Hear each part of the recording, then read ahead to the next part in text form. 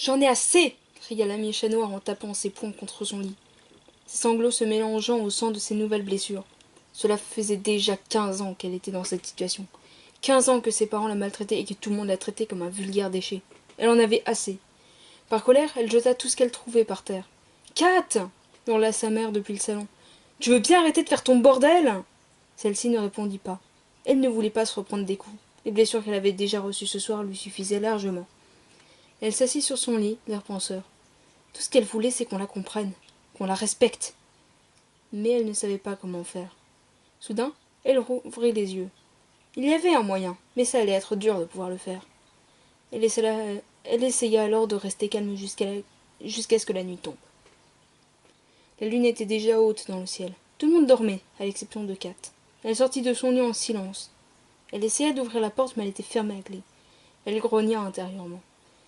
Elle chercha alors, toujours dans le calme, un moyen de crocheter la serrure. Elle finit par trouver un fil de fer. Elle le manipula afin d'avoir une forme convenable, puis essaya de faire céder la serrure. Après plusieurs minutes, elle y arriva enfin. Elle alla alors dans la cuisine, toujours en essayant de faire le moins de bruit possible. Elle ouvrit un des tiroirs et sortit un couteau, le genre de gros couteau à viande. Soudain, elle entendit du bruit derrière elle. Elle se retourna, toujours le couteau dans la main. Elle finit par voir sa mère arriver. « Qu'est-ce que tu fais en dehors de ta chambre, sale gosse ?» Elle lui dit d'un air enragé, à son visage. Alors que celle-ci allait lui donner une gifle, Kat planta son couteau dans le cou de son aîné. Au bout de quelques secondes, Kat retira son couteau du cou de sa mère. Celle-ci tomba raide morte au sol, le sang tachant de sang. Kat ne savait pas pourquoi, mais elle était fière de ce qu'elle venait d'accomplir.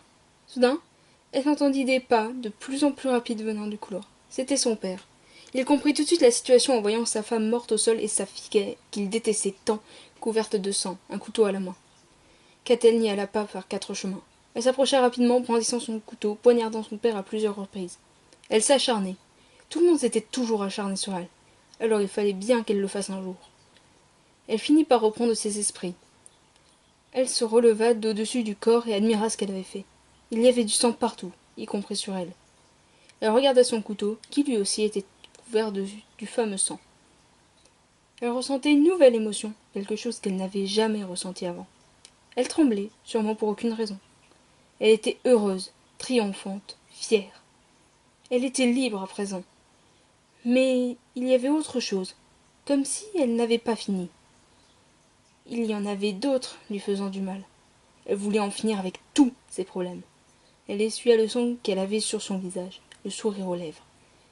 Il y avait d'autres personnes à qui elle devait retirer la vie.